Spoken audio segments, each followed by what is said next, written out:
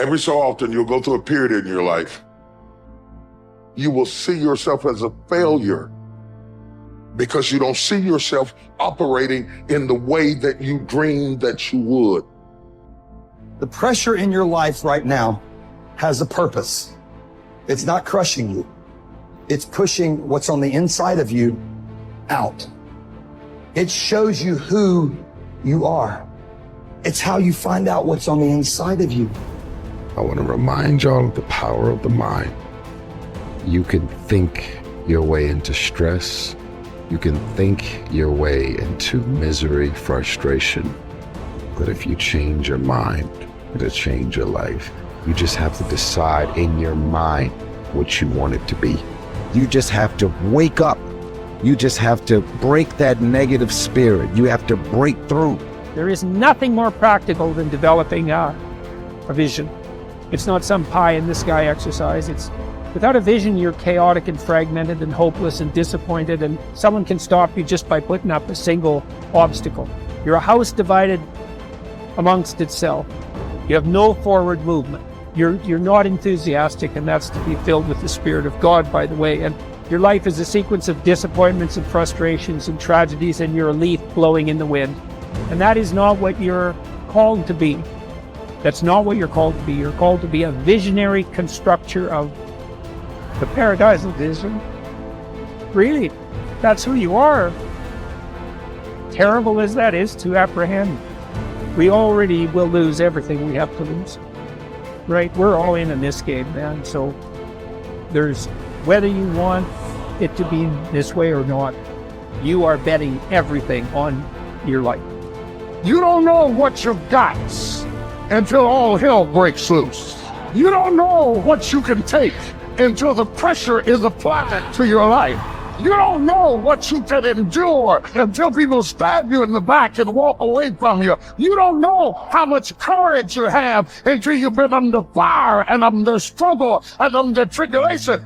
Just as nature takes every obstacle, every impediment, and works around it, turns it to its purposes, incorporates it into itself, so too, a rational being can turn each setback into raw material and use it to achieve its goal. You can make anything very tough for yourself, or you can do anything playfully. There is nothing really tough or easy. It is the way people experience it that something becomes very tough or something becomes a joyful process. If you make light of yourself, life will never sit heavy upon your heart. It will be light. But you think too much of yourself, everything will become difficult. Sitting, standing, somebody looked at you like this, so much difficulty, isn't it? Somebody did not look at you, so much difficulty. This is because you have made yourself bigger than what you are.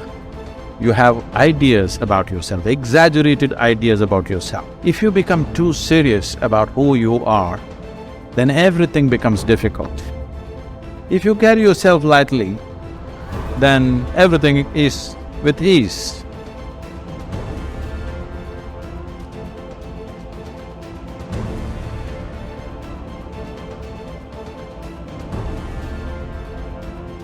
There's two great words of antiquity everybody should learn. Here they are, one's positive and one's negative. Here's the positive word from antiquity, behold. That's the positive word. Behold the possibilities, behold the opportunity, behold the future and give it design. Behold and look at the chances you've got. Behold, spring has come. Behold, the day has arrived. And the sun is shining and the shadows are fleeing away. Behold, the next person you can meet might be your friend for life. Behold, the next person might be a colleague forever. Behold, that's the positive word, behold. Now, here's the negative word. Beware. Beware of what you become in pursuit of what you want. Beware. All of our lives we have to deal with behold and beware. When a kid goes to school, it's behold the opportunity and beware the dangers. Behold and beware. So beware of what you become, pursuing what you want. Some things I went for in the very beginning cost me too much.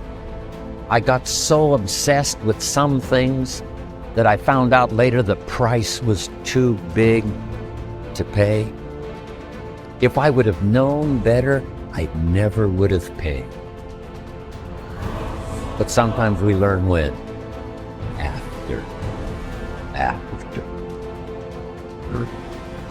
So don't become so obsessed with something that you lose your sense of reason, or it costs you your friends.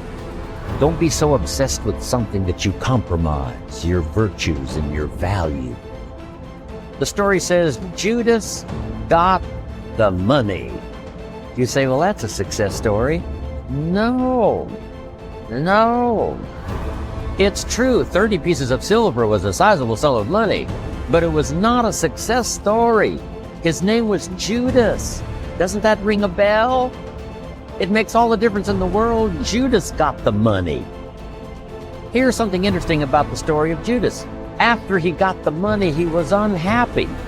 Someone says, well, if you had a fortune in your hand, why would you be unhappy? And here's the key. He was not unhappy with the money. He was unhappy with himself. Here's a key phrase. The greatest source of unhappiness is self-unhappiness. It's not from outside the things that make us unhappy. Greatest devastating unhappiness is to be unhappy with yourself. Now, a mild form of unhappiness is constructive. The desperate form of unhappiness is destructive. It's like worry. We should all worry a little, but not let it destroy our lives. So it's called caution, but not undue caution. It's called fear and worry, but not the worry that kills you, not the worry that destroys you. It's like hate. You don't need to hate your job. Save your hate for the important things like evil, like the weeds that attack your garden, like the diabolical ideas that try to entice your children. Right? You don't need to hate everything. I hate this, I hate that. That's the misuse of your hate. Save it for the things we really must.